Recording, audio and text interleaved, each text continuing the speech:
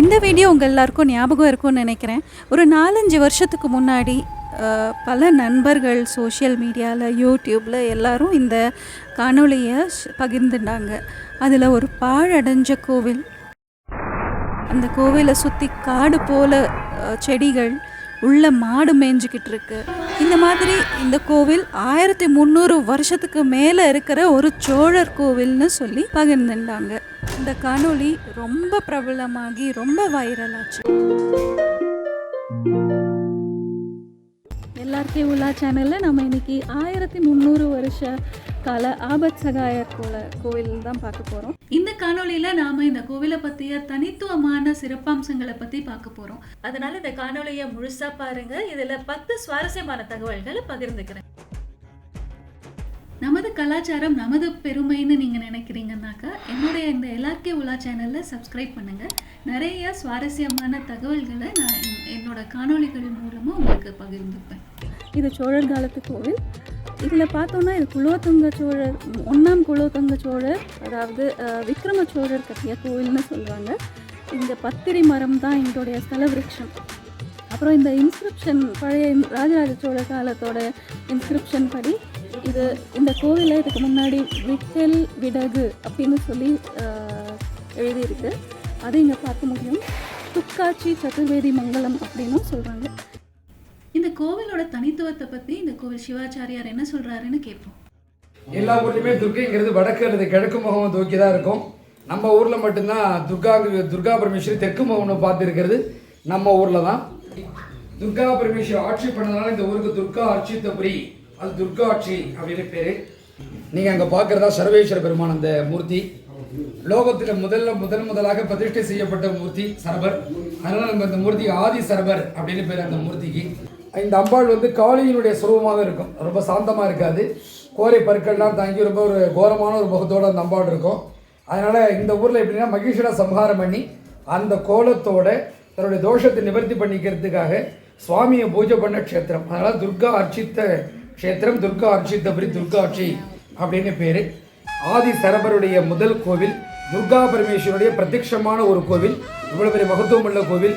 இது எல்லாத்தையும் விட குபேரமூர்த்தி இங்கே தனியாக வழிபட்ட க்ஷேத்திரம் இந்த க்ஷேத்திரம். இதுதான் குபேரமூர்த்தி. கும்பகோணம் வரலாற்று ஆய்வு சங்கத்தோடைய நிறுவனரான கும்பகோணம் கோபிநாத் அவர்கள் இந்த கோவிலை பற்றி என்ன சொல்கிறாங்கன்னு கேட்போம். இந்த ஊரில் மொத்தம் 7 மதில் வாசல் இருந்திருக்கு, 7 ராஜகோபுரங்கள் இருந்திருக்கு. அதெல்லாம் அழிஞ்சு இப்போ 2 ராஜகோபுரம் மட்டும் தான் இருக்குது. இந்த ஊரே இந்த கோயிலுக்குள்ளே தான் இருக்குது அப்படிங்கிற மாதிரி ஒரு சொல்கிறாங்க. இந்த ராஜகோபுரம் 7 நிலையை கொண்டது, 7 லெவலில் இருக்குது. இதில் தனித்துவமான ஒரு அமைப்பாக நாங்கம் அப்படிங்கிற ஒரு மண்டபம் ராஜகோபுரத்தில் முதல் நிலையில் இருக்குது. தமிழக கோபுர கட்டடக்கலையில் இந்த மாதிரி ஃபீச்சர் எங்கேயுமே கிடையாது. இந்த கோயிலில் மட்டும்தான் தனித்துவமாக இருக்குது.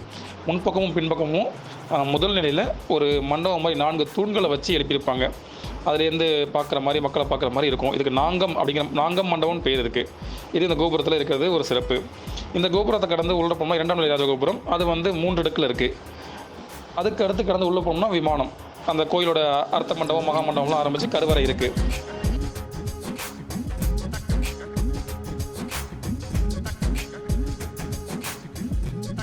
இதில் யூனிக்கான கல்ச்சர்னு கேட்டிங்க அப்படின்னா, முதல்ல உள்ள போகிறப்ப நம்ம பார்க்குறது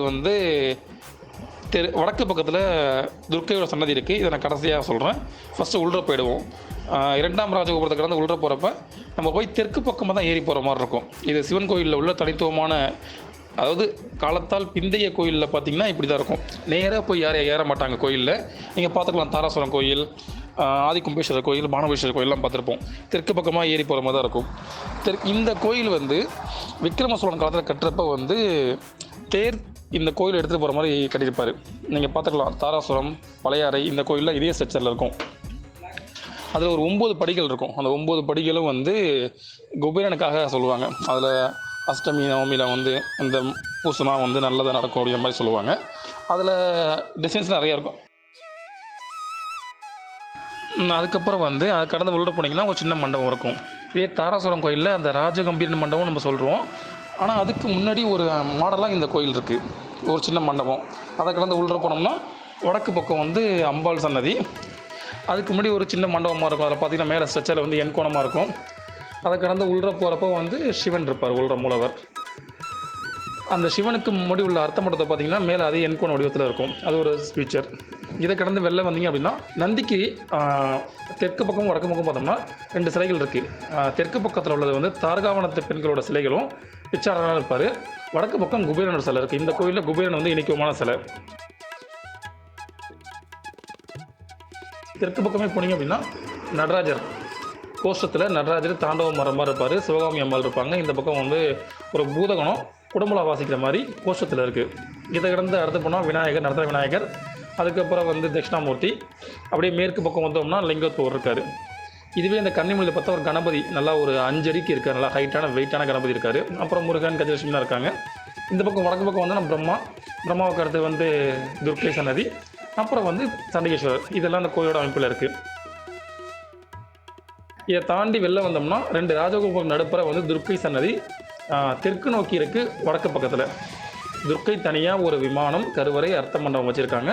அந்த மண்டபம் பார்த்திங்கன்னா உபபீடம் வச்சுருக்கு. கீழே கொஞ்சம் தூக்கி இருக்கும், மேலே ஏறி போகிற மாதிரி. அந்த உபபீடத்தை ஃபுல்லாகவே வந்து யாழி வீரர்கள், யாழியோட ஸ்டைல் ஸ்ட்ரக்சரில் நிறையா வீரர்கள் உட்காந்து போருக்கு போகிற மாதிரி காட்சிகள் தத்ரூபமாக வடிச்சிருப்பாங்க. அது ஒரு முக்கியமான விஷயம். மிக்க நன்றி கோபிநாத்.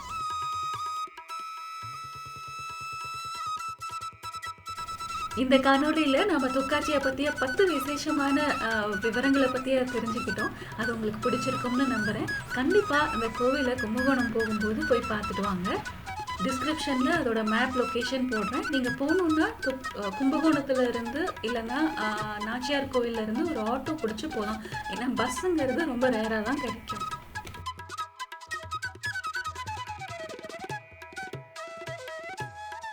2024ல் நான் அப்லோட் பண்ணுற முதல் வீடியோ இந்த துக்காட்சி வீடியோ தான். இந்த துக்காட்சியை பற்றிய 10 விஷயங்களை உங்களோட இது பகிர்ந்ததில் ரொம்ப மகிழ்ச்சியாக இருக்குது. இதை தவிர வேறு ஏதேனும் விஷயம் தெரிஞ்சதுன்னா கமெண்ட் பாக்ஸில் ஷேர் பண்ணுங்கள்.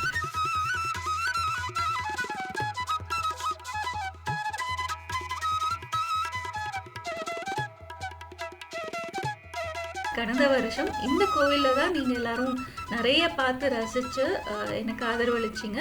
அதே மாதிரி இந்த வருஷமும் நீங்கள் எனக்கு ஆதரவளிப்பீங்கன்னு நினைக்கிறேன். உங்களுக்கு இந்த வீடியோ பிடிச்சிருந்ததுன்னா லைக் பண்ணுங்கள். இதுவரை நீங்கள் சப்ஸ்கிரைப் பண்ணலைன்னா தயவு செஞ்சு சப்ஸ்கிரைப் பண்ணுங்கள்.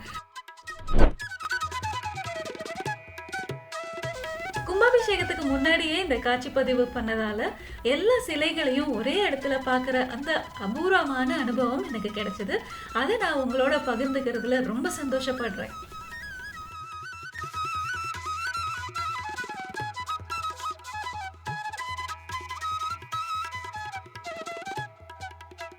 அடுத்த வீடியோவில் பார்க்குற வரை this is LRK signing off. Bye bye.